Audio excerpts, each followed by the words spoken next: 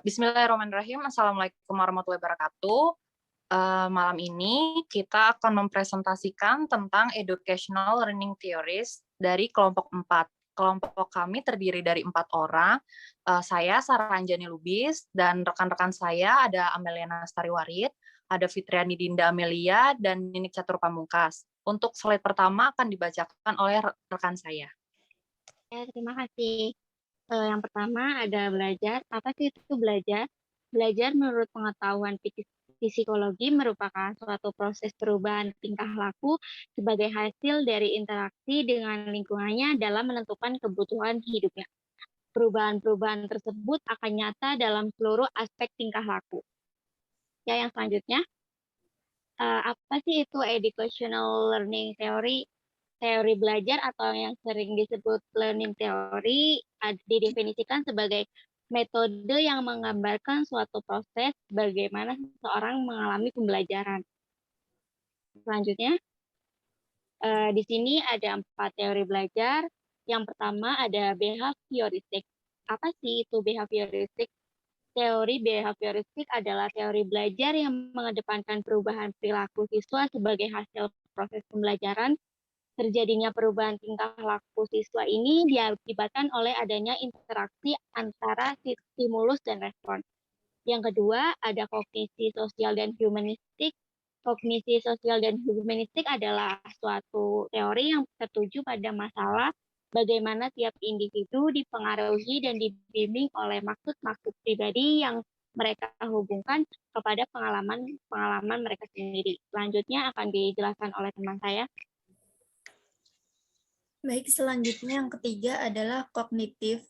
Kognitif didefinisikan sebagai satu teori di antara teori-teori belajar yang memahami bahwa belajar merupakan pengorganisasian aspek-aspek kognitif dan persepsi untuk memperoleh pemahaman. Persepsi dan pemahamannya tentang situasi yang berhubungan dengan tujuan.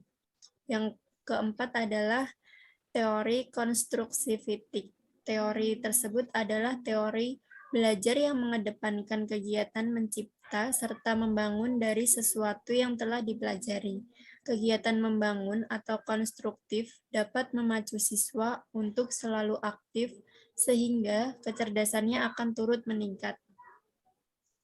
Selanjutnya, beberapa faktor yang harus dipertimbangkan ketika mengkritisi teori belajar adalah mengenali tokoh, perjalanan hidup dan proses akademik yang ditempuh, serta perjuangan yang ditempuh untuk menelurkan teori belajar yang dikemukakannya.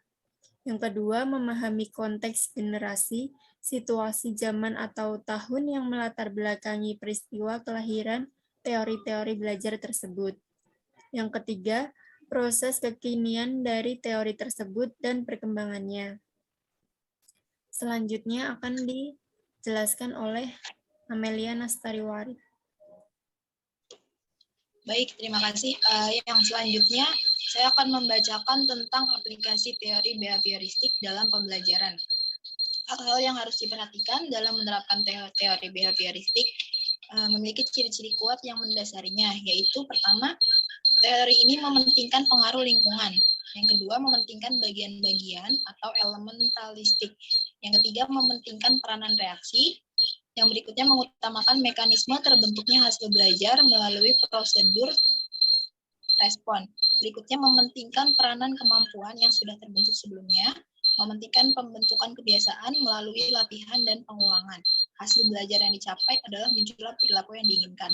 Dalam teori behavioristik ini kita memiliki pengertian bahwa belajar itu adalah proses interaksi antara stimulus dan juga respon. Jadi di dalam teori behavioristik ini interaksi antara stimulus dan respon itu sangat berpengaruh, di mana stimulus itu memiliki pengertian sesuatu yang dapat merangsang terjadinya respon. Ya, stimulus tersebut bisa bermacam-macam. Ada yang berupa melalui pikiran dan juga perasaan atau hal lainnya yang bisa diterima oleh indera. Yang berikutnya mengenai aplikasi teori kognitif dan konstruktivistik dalam pembelajaran. Tujuan pendidikan menurut teori belajar kognitif adalah Yang pertama, menghasilkan individu atau anak yang memiliki kemampuan berpikir untuk mampu menyelesaikan setiap persoalan yang dihadapinya. Berikutnya, kurikulum dirancang sedemikian rupa sehingga terjadi situasi yang memuaskan, pengetahuan dan keterampilan dapat dikonstruksi oleh peserta didik. Yang berikutnya, latihan memecahkan masalah seringkali dilakukan melalui belajar kelompok dengan menganalisis masalah dalam kehidupan sehari-hari. Peserta didik diharapkan selalu aktif dan dapat menemukan cara belajar yang sesuai bagi dirinya sendiri. Guru hanyalah berfungsi sebagai mediator, fasilitator, dan teman yang menerima situasi yang kondusif untuk terjadinya konstruksi pengetahuan pada diri seorang peserta didik. Nah, aplikasi teori kognitif di sini memiliki pengertian atau definisi bahwa belajar itu merupakan pengorganisasian aspek-aspek kognitif yang dilakukan untuk tujuannya untuk memperoleh pemahaman.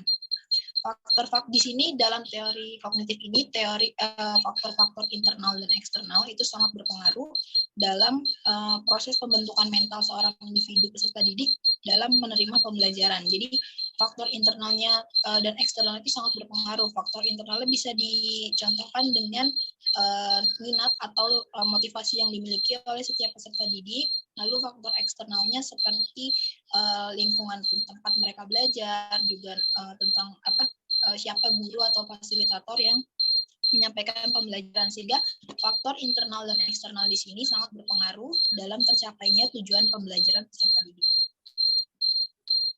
Baik, yang berikutnya akan dilanjutkan oleh teman saya. Silakan, Anjani. Terima kasih. Ya, terima kasih. Untuk selanjutnya ada aplikasi teori humanistik dalam pembelajaran. Jadi, aplikasi teori humanistik itu lebih menunjuk kepada roh atau spirit human being selama proses pembelajaran yang mewarnai metode-metode yang diterapkan.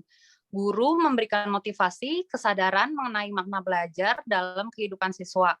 Untuk siswa sendiri berperan sebagai perilaku utama atau student center yang memaknai proses pengalaman belajarnya sendiri.